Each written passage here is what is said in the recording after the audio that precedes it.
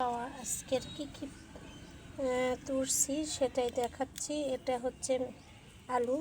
তো এটা ডগা খেতে যেমন ভালো লাগে তেমনি আমি মাছ দিয়ে চচ্চড়ি করবো, সেটাও তো কিন্তু ভালো লাগবে।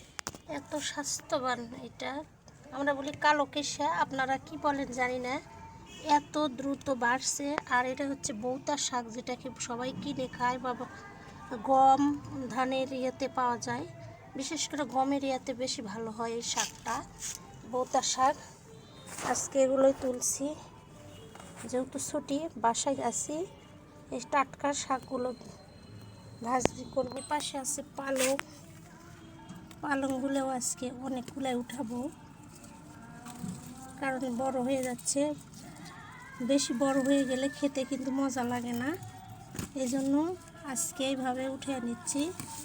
এগুলো তো বেশি মাটি দেওয়াই লাগেনি, আমার শাকসবজির খোসা দিয়েছিলাম, এই জন্য এত শক্তিশালী। এখানে কোনো সার ফর্মের কিছু ব্যবহার করা হয় নাই, একদম সতেজ টাটকা।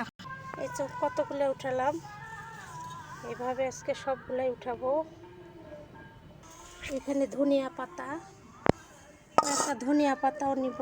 এই তো নিয়েছি একটু ধনিয়া পাতা। আর এটা নতুন করে ড্রাগন লাগিয়েছি। এখানে বেগুন, দেখেন আমার পেঁয়াজ গাছগুলো লাগিয়েছি, বেগুন গাছ দেখা যায়।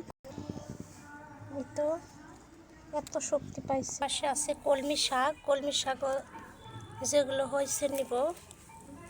নতুন করে আসলে ডগা হচ্ছে, এগুলো আবার কিছুদিন গেলে বৃষ্টির পানি পেলে ডগাগুলো। টমেটো রিয়া দেখেন, টমেটো পেকে গেছে, এটাতে পাকেনি, এটা বড় হয়েছে।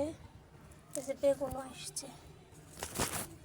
তো শাকগুলো তুললাম, কেমন হলো অবশ্যই জানাবেন।